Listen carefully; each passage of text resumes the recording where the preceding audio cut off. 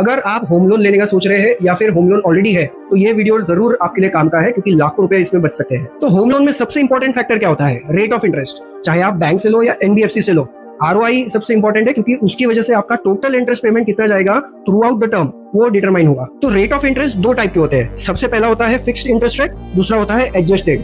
Fixed यानी rate of return fix रहेगा through out the term. आपने स्टार्टिंग में लोन लिया, उसका रेट रहेगा 8%। वो 25 इयर्स का अगर टेन्योर है, 25 इयर्स आपका रेट ऑफ रिटर्न 8% ही रहेगा, चाहे आप मार्केट में इन्फ्लेशन की वजह से रेट ऊपर हो जाए या नीचे हो जाए, आपका rate of return same. India में फिक्स्ड रेट ऑफ रिटर्न बहुत कम लोग लेते हैं। तो सेकंड टाइप ऑफ रिटर्न जो बहुत इंपॉर्टेंट है और ज्यादातर लोग लेते हैं वो है एडजस्टेड, यानी आरबीआई के रेट के हिसाब से या फिर इन्फ्लेशन के रेट के हिसाब से एडजस्ट होगा every 3 months 6 months depending on the agreement.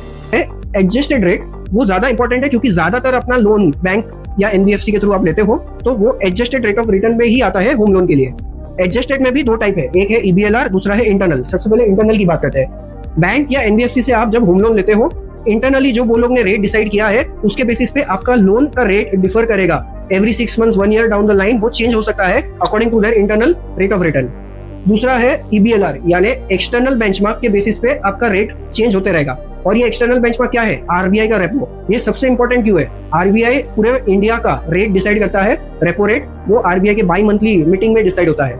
वहां पे जो भी रेट डिसाइड होगा उसके ऊपर मार्जिन लगा के आपका रेट ऑफ रिटर्न होगा। और जैसे ही आरबीआई ने चेंज किया रेट, आपका भी होम लोन का रेट चेंज होगा, चाहे ऊपर हो या नीचे। तो आइए जानते हैं कि इंटरनल या ईबीएलआर में क्या डिफरेंस हो सकता है या क्या नेगेटिव्स या पॉजिटिव्स होंगे।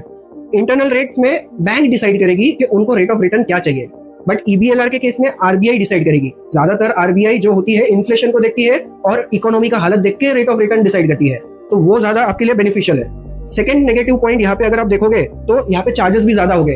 अगर आपका रेट चेंज हो रहा है इंटरनली तो आपको बैंक या एनबीएफसी चार्जेस लेगी चेंज करने के लिए भी रेट, बट यहाँ पे कोई चार्जेस नहीं लगेगा। आपका चेंज हो रहा है आरबीआई का रेट भी। फिर भी जब हम होम लोन लेते हैं तब हमारी नीड इतनी इंपॉर्टेंट होती है कि हम ये सब चीजें देखना भूल जाते हैं। एक चेंज यहाँ पे ईबीएलआर में आपका rate of return any time change हो सकता है अकॉर्डिंग टू आरबीआई, और वो आरबीआई आपके लिए ही बेनिफिशियल होगा। इंटरनल रेट ज्यादातर ईबीएलआर से 50 पैसे ज्यादा हो सकता है, डिपेंडिंग ऑन आप कहाँ से ले रहे हो। चार्जेस भी ज्यादा हो गए तो आप ओवरऑल इंटरेस्ट देखोगे तो लाखों रुपए का डिफरेंस होगा जस्ट ईबीएलआर और इंटरनल में। हमें हर बार एक चीज ध्यान रखना है कि ईबीएलआर ऑप्ट करें जब भी आप होम लोन अप्लाई करें।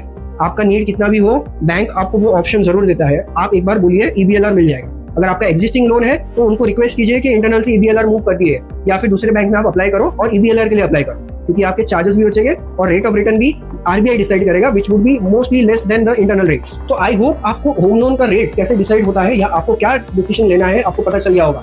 ऐसे ही इंटरेस्टिंग स्टोरीज और फैक्ट्स के लिए हमारे पेज को फॉलो कीजिए, ये रील को शेयर कीजिए हर एक के पास जिसके पास होम लोन है या लेने की कोशिश कर रहे हैं।